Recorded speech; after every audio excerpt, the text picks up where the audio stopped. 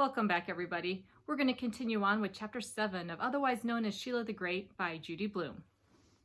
So let's see if we can do a summary of Chapter 6.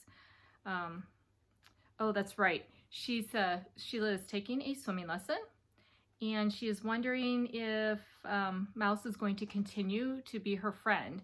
And it turns out that Mouse did come over and offered Sheila a yo-yo and even was nice enough to see if she wanted some lessons. It was very nice of her. So let's see if we can figure out what's going to continue with that relationship. And remember, Sheila is also going to a day camp, and we haven't really heard much about that. So maybe we can see more of a day in the life of Sheila Tubman,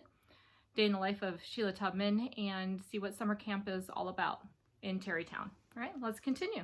We go to camp every weekday from 9 o'clock until 3 o'clock. Then we go to the pool from 3:30 to 5:30. We are always so busy going somewhere that I can't believe we have been in Tarrytown for 2 whole weeks. One night before Daddy got home, I arranged my shoes in the front hall with the toes pointing toward the den. Then I hid behind the drapes and waited. But between the den and the front hall was the living room and dining room. I heard Daddy come into the house and call, "Hello, I'm home." I hoped when he saw my shoes he would come and find me right away, because there weren't any lights on in the den and the sky was getting darker every second. It was beginning to thunder. I don't like thunderstorms. Daddy has told me 1,000,000 times that the lightning isn't going to get me, and I want to believe him, but I can't. I never should have hidden so far away. I should have gone into the closet in the front hall. Then I would have been near the kitchen where Libby and Mom were. I wondered what was taking Daddy so long, and what were those funny noises? I wish somebody would turn on the lights. I wasn't having any fun at all. Maybe Daddy had forgotten about me. Maybe he wasn't even looking. I decided then and there that I would have to tell him I don't want to play this game anymore. Well, not in this house. I hope he wouldn't think it was because I'm chicken. That's what Libby would say. She'd make her cackling noise and laugh at me. When I couldn't stand it behind the drapes for another second, I crawled out and made my way back into the living room on all fours. Finally, Mom shouted, "Sheila, come out right now or dinner will be ruined." I was really happy when she said that. I ran into the kitchen and told Daddy, if it is going to take him that long to find me every night, we'll never get to eat. So he agreed that we will stop our game for the summer. Now Libby will never know the truth, so she won't have to call me chicken. Every night after dinner, Daddy unchains Jennifer and lets her run around loose. She says she needs the exercise. She tears around the yard yelping. I watch from my bedroom window. Daddy and Libby and Jennifer have a lot of fun playing games. Libby throws a ball and Jennifer catches it in her mouth. And Daddy has taught her to roll over and play dead. Both Mom and Daddy say I am silly to hide upstairs and miss all that fun. Well, maybe I am, but I just can't help it. I wonder why I had to be born like me instead of like Libby, who isn't afraid of anything. Sometimes it doesn't seem fair. At least I am getting used to sleeping in a room by myself.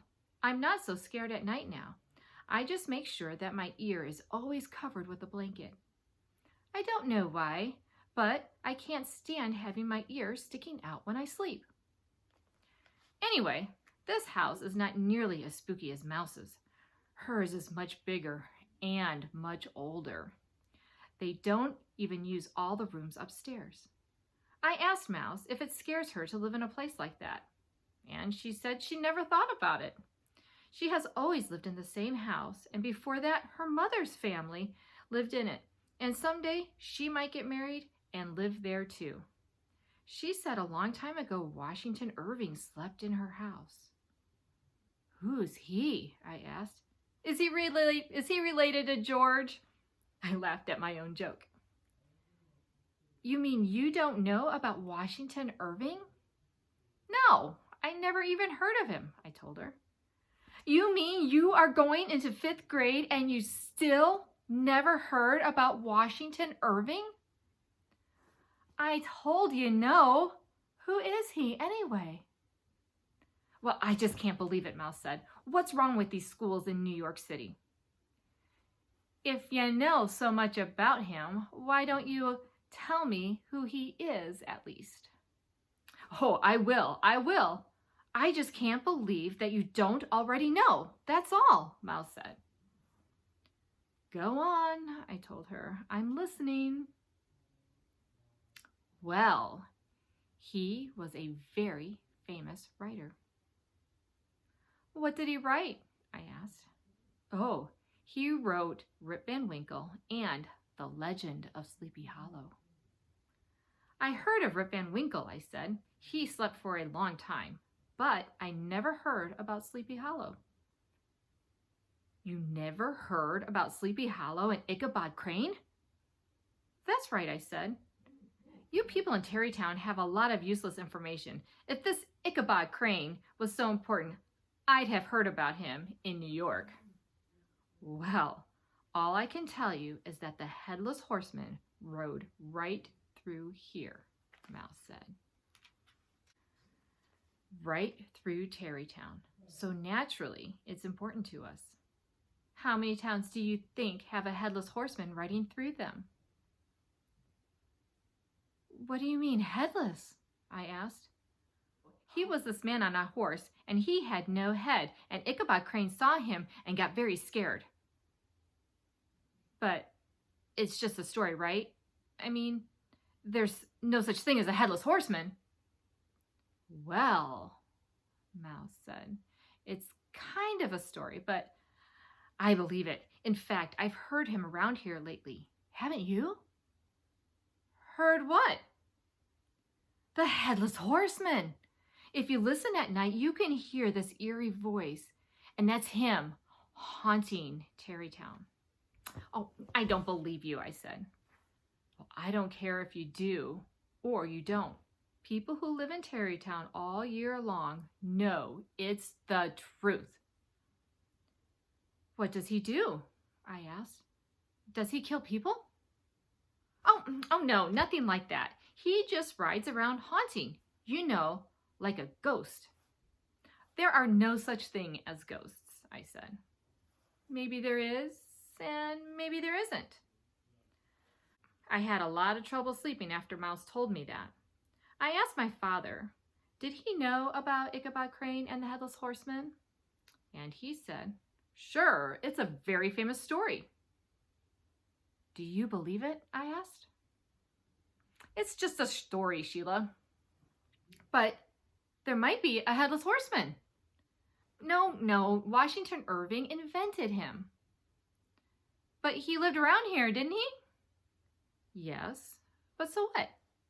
Well, I said, suppose he really saw this Headless Horseman and thought nobody would believe him. So instead, he wrote a story about him. You see? No, I don't see, Daddy said. It's all made up. I'll bring you a book of his stories and you can read them.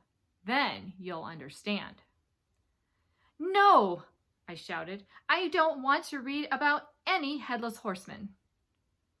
After that, whenever I heard noises at night, I knew it was the Headless Horseman haunting Tarrytown. I wished it was September and we could go back to the city where there isn't room for any kind of horseman to go haunting at night. All right, everyone, that's the end of chapter 7. It is an absolute gorgeous day outside, so don't stay around listening to me. Go outside, have fun, play, and soak up some of those rays. I'll see you next time. Bye.